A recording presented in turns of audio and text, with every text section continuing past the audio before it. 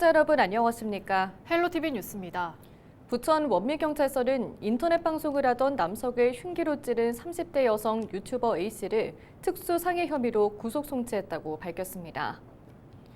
A씨는 지난 20일 새벽 2시 50분쯤 부천시 원미구 한 상가 건물 계단에서 30대 남성 유튜버 B씨를 흉기로 찌른 혐의를 받고 있습니다. B씨는 인근 병원에서 치료를 받았고 생명에는 지장이 없는 것으로 파악됐습니다. 범행 직후 자수한 A씨는 자택에서 경찰에 체포됐으며 이후 조사에서 아닌 사이인데 홧김에 범행했다는 취지로 진술한 것으로 전해졌습니다. 경찰은 A씨를 긴급 체포할 당시 살인 미수 혐의를 적용했지만 범행 방법과 피해 정도 등을 고려해 이후 특수사계로 변경해 구속영장을 신청했습니다. 부천역 일대 다수 유튜버와 BJ들의 집결지가 된 지 오래입니다. 방송의 내용도 대부분 폭력적이거나 선정적인 내용이 주를 이루고 있어 우려가 컸는데요. 앞서 보신 것처럼 최근에는 범죄 연루 사례까지 나오면서 부천시와 경찰이 대책 마련에 나섰습니다. 이정아 기자가 현장 취재했습니다. 부천역 상권 일대. 휴대폰을 들고 실시간 방송을 하는 유튜버와 BJ들을 쉽게 만날 수 있습니다. 무리를 지어다니면서 주변을 의식하지 않고 큰 소리로 이야기를 하거나 카메라 앞에서 과장된 행동을 하기도 합니다. 부천역에서 1인 방송을 이어가는 이유를 물었지만 대화 자체를 강하게 거부합니다. 아무 생각 없는데. 부천역에서 처음 시작하시게 된 계기가 있으세요? 그런 거는 말 안 합니다. 인터뷰를 하는데 너무 안 좋게 나가니까 그걸 하고 싶지 않고요. 일부 유튜버나 BJ들이 무분별한 촬영과 방송을 이어가면서 시민 불편이 늘고 있는 만큼 강제적인 현장 단속 필요성도 커지고 있습니다. 최근 칼부림 범죄 등 사건 사고까지 발생하면서 행정당국이 나서 간담회를 열었습니다. 그러자 일대 유튜버들이 현장까지 몰려와 불만을 표시하며 생중계를 이어갑니다. 유튜브 너무 나쁜 거지 말아주세요. 경찰 때쯤에는 정해져 있어요. 그러니까 우리가 여기서 한다고 문제되는 건 아니에요. 인근 주민들은 무질서한 1인 방송을 막을 수 있는 현실적 해법 마련을 주문했습니다.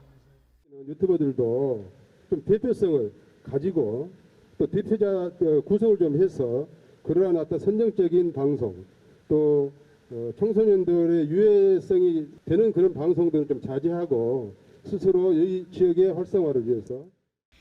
경찰은 현재로서는 방송 행위를 제재할 수 있는 법적 근거가 부족한 점을 인정하면서도 자체 순찰과 단속을 강화하겠다고 밝혔습니다. 유튜브에 대한 우리 처벌법이 없습니다. 그걸 만들어줘야 됩니다. 엄정한 현장 대응을 통해서 단속 처벌을 강화하겠습니다. 관할 지구대 순찰차 배치, 그다음에 기동 순찰대, 가시적인 순찰 24시까지 배치해서 근무하도록 하겠습니다. 단순히 단속만으로는 한계가 있다는 지적 속 후원금 차단이나 상권 내 장시간 체류를 제한하는 방법 등 근본적 대책 요구도 커지고 있습니다. 부천에서 이런 막장 유튜버 활동을 통해서 BJ 활동을 통해서 부당한 수익을 얻는 일은 생기지 않도록 끝까지 막아내겠다는 것이고 또 이걸 근본적으로 해소하기 위한 법률의 미비점을 해소할 수 있는 법 개정이라든지 보완 작업도 요청을 할 계획입니다. 수년간 부천역을 중심으로 이어져 온 일부 1인 크리에이터들의 무분별한 방송은 단순한 일상의 불편을 넘어선 수준. 지역사회의 안전과 치안까지 위협하고 있는 만큼 법적 공백을 메우고 실효성 있는 제재 방안을 마련하는 것이 시급합니다. 헬로티비 뉴스 이정아입니다. 계양구는 인천 세종병원과 다자녀가정 병원진료비 감면 확대를 위한 업무협약을 체결했습니다. 이번 협약은 계양구 조례의 다자녀 기준이 셋째아 이상에서 둘째아 이상으로 개정돼 추진된 것입니다. 이에 따라 계양구에 거주하며 19세 미만 자녀를 2명 이상 둔 가정은 비급여 진료비 10%를 감면받습니다. 계양구는 더 많은 다자녀 가족이 의료 혜택을 받을 수 있게 됐다며 출산 장려와 가족 친화적 문화가 확산하기를 기대한다고 밝혔습니다. 국가정보자원관리원 전산실에서 발생한 화재로 인해 인천에서도 시스템 장애가 발생했습니다. 대시민 서비스는 물론 행정 서비스도 마비되면서 혼란이 지속되고 있는데요. 인천시는 대응에 총력을 기울이겠다는 방침입니다. 송효찬 기자의 보도입니다. 지난 26일 오후 8시 15분쯤 대전 국가정보자원관리원 전산실에서 화재가 발생했습니다. 이로 인해 인천시 행정전산망도 심각한 피해를 입었습니다. 인천시 전체 286개 정보 시스템 중 129개에서 장애가 발생한 것. 장애가 발생한 시스템 중 70개는 대시민 서비스고 나머지 59개는 행정 서비스입니다. 대시민 서비스 장애 대부분이 중앙정부 시스템에 연동되는 본인 인증이 불가능하기 때문입니다. 30일 오전 9시 기준 129개 서비스 중 17개는 복구됐습니다. 하지만 여전히 중앙정부 시스템 연계 기능 차질로 인해 각종 행정 처리와 시정정보 전달에 차질을 빚고 있습니다. 주요 서비스 장애 현황을 보면 지방세 납부와 현황을 볼 수 있는 스마트 위텍스 앱을 비롯해 국민신문고와 안전신문고는 접속이 불가입니다. 전자바우처와 기초연금, 화장 예약 서비스인 이하늘 장사정보 시스템은 간편 인증과 비대면 자격 확인이 불가해 가입과 신청 업무가 중단됐습니다. 부동산 거래 신고 역시 불가하며 토지 대장이나 건축물 정보 등도 열람이 안 됩니다. 다만 해당 지자체 등 방문을 통해 신고나 열람은 가능합니다. 이해시는 화재 직후 전수조사와 영향도 점검에 착수했으며 지난 28일부터는 재난안전대책본부 체제로 전환해 대응을 강화하고 있습니다. 특히 장기화가 예상되는 국민신문고와 화장예약 등 일부 서비스에 대해서는 대체 서비스와 수기 처리 체계를 마련하고 있습니다. 또 민원 전담 지원반을 운영해 민원을 분산 처리하겠다는 계획입니다. 한편 정부는 지난 29일 밤 10시 기준 국가정보자원관리원 화재로 멈췄던 행정서비스 647개 중 81개를 복구했다고 밝혔습니다. 여기에는 정부 24를 비롯해 사회보장정보 포털 등이 포함됐습니다. 다만 국민신문고와 사회복지시설 정보 등 장기간 이용이 어려울 것으로 보입니다. 헬로티비 뉴스 송희창입니다. 경기도 용인에 있는 학교 곳곳에서 폭파 협박 메일이 왔다는 신고가 접수된 가운데 경기도교육청이 대책 마련에 나섰습니다. 경기도교육청은 지난 26일 긴급 간부회의를 열고 학교 CCTV를 활용한 안전망 강화 방안을 논의했습니다. 도교육청은 폭발물 신고에 대한 긴급 대응 요령을 점검한 뒤 각 학교에 전파하고 모방범죄를 막기 위해 가정통신문도 발송하기로 했습니다. 임태희 경기도교육감은 앞서 자신의 SNS를 통해 학교를 대상으로 한 허위 협박은 단순 장난으로 볼 수 없다며 중대한 범죄로 인식하고 엄정 대응할 것이라는 입장을 낸 바 있습니다. 임 교육감은 이번 주 경기 남부경찰청장을 만나 학교 안전 강화 대책을 논의하고 협조를 구할 계획입니다. 정부와 검격이 지난 1년 동안 실시한 전세 사기 특별 단속에서 약 3,000여 개 전세 사기 사법을 검거했습니다. 국토교통부는 지난해 7월부터 올 5월까지 진행한 전세 사기 기획조사에서 2,072건의 이상 거래와 179건의 사기 정황을 확인했고 42명을 경찰에 수사 의뢰했다고 밝혔습니다. 또 가격 계약일 거짓 신고 등 808건을 지자체에 편법 증여 등 56건을 국세청에 통보했다고 덧붙였습니다. 경찰청은 지난해 8월 이후 2,913명을 검거하고 108명을 구속했는데요. 대규모 전세 사기 조직 6곳을 범죄단체 조직죄로 처벌하고 538억 원을 기소 전 몰수 추징 보전했습니다. 대검찰청은 같은 기간 전세 사기 사범 46명에게 징역 7년 이상을 구형한 것으로 나타났습니다. 지난 8월 수도권 주택 매매 거래가 7월보다 크게 감소했습니다. 국토교통부가 발표한 8월 주택 통계를 보면 전국 8월 주택 매매 거래량은 46,252건으로 전달보다 28% 감소했고 지난해 같은 달보다 23.7% 감소한 것으로 나타났습니다. 8월 수도권 주택 매매 거래는 모두 21,673건이었는데요. 전월보다 37.5% 줄었고 지난해 같은 달보다는 33.9% 줄었습니다. 주택 유형별로 보면 아파트 매매 거래 감소폭이 더 컸는데요.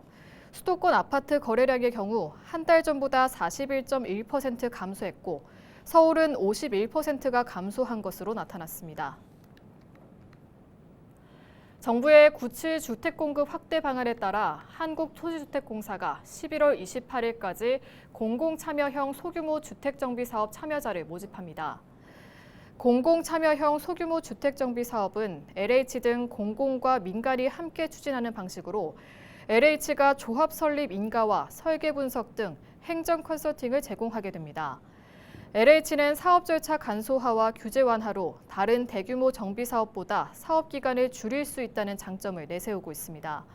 공공참여형 소규모 주택 정비 사업 세부 유형에는 가로주택 정비 사업과 소규모 재건축 사업, 소규모 재개발 사업이 있습니다. 부천시가 대규모 점포 8곳에 대한 부천페이 가맹점 등록 제한을 해제했습니다. 부천시는 지난 6월 경기도 심의회에서 그 밖의 대규모 점포로 분류된 상점 3곳의 제한을 해제했으며 이번 달에는 부천 역사 쇼핑몰과 부천 터미널 소풍, 투나 등 5곳도 가맹점 등록 제한 대상에서 제외했습니다. 이에 따라 대규모 점포 8곳에 입점한 1,300여 개 개별 점포가 부천페이 가맹점으로 등록할 수 있는 기반이 마련됐습니다. 이번 조치는 경기도 지역화폐 심의위원회에서 부천시 건의를 받아들여 가결한 것으로 그동안 유통산업발전법에 따라 대규모 점포는 지역화폐 가맹 등록이 제한되는 등의 제약이 있었습니다. 경기도교육청이 내년 학생 맞춤 통합지원법 시행을 앞두고 지역별 학교별 점검에 나서고 있습니다.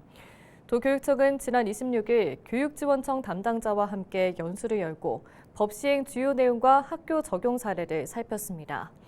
이와 함께 유관부서 간 협업체계를 구축하고 지역사회와 협력하는 방안도 모색했습니다. 내년 3월 시행되는 학생 맞춤 통합지원법은 학생의 발달 단계와 생활 여건, 교육적 요구를 고려해 교육과 복지, 상담, 돌봄 같은 서비스를 통합 지원하는 법입니다. 서울시 하수도 사용료가 내년부터 5년간 매년 평균 9.5%씩 인상됩니다. 서울시는 하수도 사용조례 일부 개정 조례가 공포돼 하수도 사용료 인상이 확정됐다고 밝혔습니다. 가정용은 세제곱미터당 연평균 72원이 올라 5년간 총 360원 인상됩니다. 이에 따라 내년 가구별 하수도 요금은 1인 가구는 월 2,400원에서 2,880원으로 480원이, 4인 가구는 9,600원에서 11,520원으로 1,920원이 늘어납니다. 또 가정용 하수도 누진제를 폐지하고 단일 요금제로 전환합니다. 김포시 대곤몇, 양촌읍을 거쳐 인천 강화와 서구를 잇는 국지도 84호선 초지대교 인천 간 도로가 오는 10월 1일 낮 12시 전 구간 개통합니다. 도로는 총 길이 7.88km로 총 사업비는 2,538억 원인데요. 지난 2021년 12월 대명교차로에서 하군 4의 1 교차로까지 우선 개통했으며 오는 10월 1일 지하차도가 포함된 나머지 구간도 개통합니다. 경기도는 도로 개통 이후 교통량 분산과 김포 지역 광역교통망이 대폭 개선돼 지역 산업단지 물류비 절감 등을 기대하고 있습니다. 인천시가 추석을 맞아 다음 달 1일부터 5일까지 온누리 상품권 환급 행사를 진행합니다. 이번 행사는 인천 축산물시장과 용현시장, 송현시장, 열우물시장, 일신시장, 강화풍물시장, 현대시장, 계산시장, 9월 도매시장 등 9개 전통시장 내 247개 점포에서 열립니다. 행사 기간 동안 국내산 신선 농축산물을 구매한 소비자에게 구매 금액에 따라 최대 30%까지 온누리 상품권으로 환급해 줍니다.